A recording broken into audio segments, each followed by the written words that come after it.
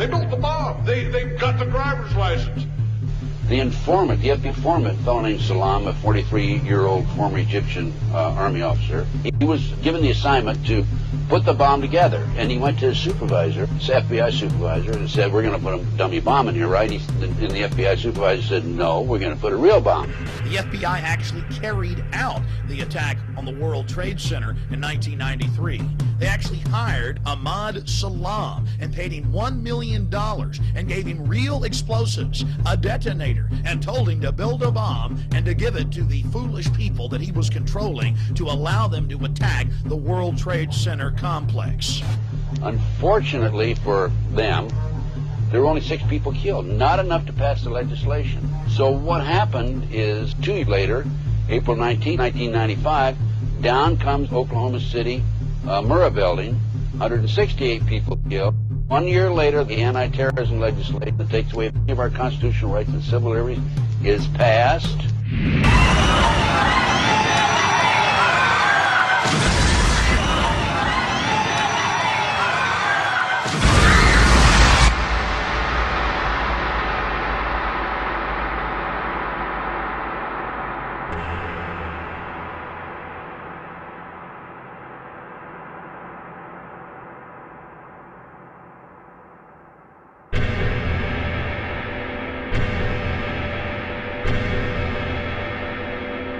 Because at 9:30 this morning, we were actually running an exercise for over a company of 1,000 people in London, based on simultaneous bombs going off precisely at the railway stations that happened this morning.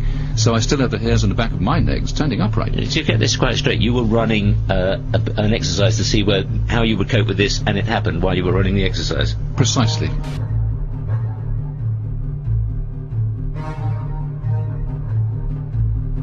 Supposed to believe is some kind of coincidence, there was also an anti-terrorist drill going on 7/7. And again, just like 9/11, they were talking about attacks on the same targets, the same kind of tube stations, and exactly the same time as the actual attack happened, providing some kind of cover for what must be operations orchestrated in some way by the state.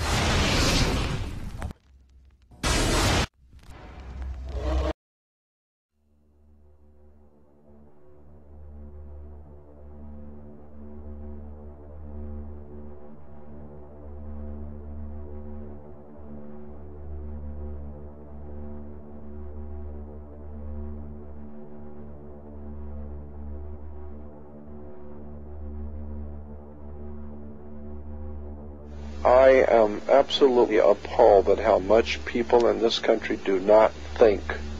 We are given to understand that an Arabic guy out there up in the mountains financed the most elaborate attack on this country. Do you think some people in a cave, were able to have NORAD stand down?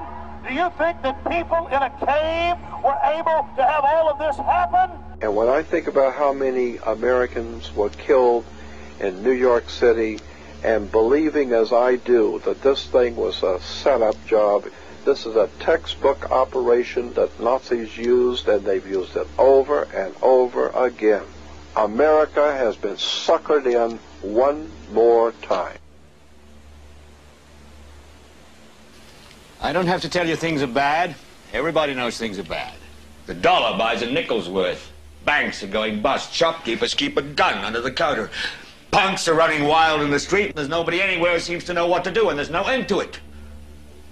We know the air is unfit to breathe, and our food is unfit to eat. We sit watching our TVs while some local newscaster tells us that today we had 15 homicides and 63 violent crimes, as if that's the way it's supposed to be. We know things are bad, worse than bad. They're crazy. It's like everything everywhere is going crazy, so we don't go out anymore. We sit in the house, and slowly the world we're living in is getting smaller, and all we say is, please, at least leave us alone in our living rooms. Let me have my toaster and my TV and my steel-belted radios, and I won't say anything. Just leave us alone. Well, I'm not going to leave you alone. I want you to get mad. I don't want you to protest. I don't want you to riot. I don't want you to write to your congressman, because I wouldn't know what to tell you to write. I don't know what to do about the depression and the inflation and the Russians and the crime in the street. All I know is that first, you've got to get mad. You've got to say, I'm a human being. God damn it. My life has value.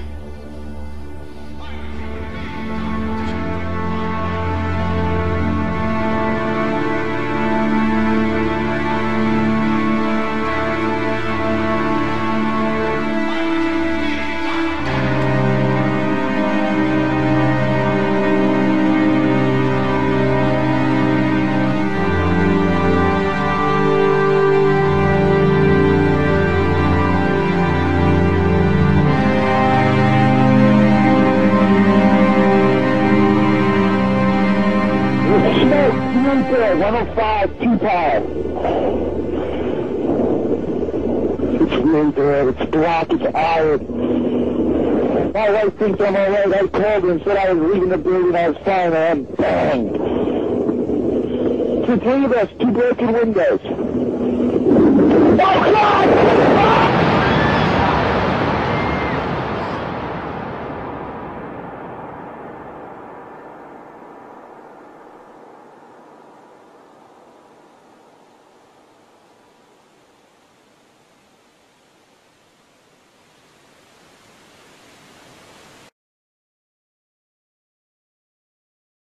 Ladies and gentlemen, the very word secrecy is repugnant in a free and open society, and we are, as a people, inherently and historically opposed to secret societies, to secret oaths, and to secret proceedings. For we are opposed around the world by a monolithic and ruthless conspiracy that relies primarily on covert means for expanding its sphere of influence, on infiltration instead of invasion, on subversion instead of elections, on intimidation instead of free choice. It is a system which has conscripted vast human and material resources into the building of a tightly knit, highly efficient machine that combines military, diplomatic, intelligence, economic, scientific, and political operations. Its preparations are concealed, not published. Its mistakes are buried, not headlined. Its dissenters are silenced, not praised. No expenditure is questioned, no secret is revealed. That is why the Athenian lawmaker Solon decreed it a crime for any citizen to shrink from controversy. I am asking your help in the tremendous task of informing and alerting the American people, confident that with your help, man will be what he was born to be, free and independent.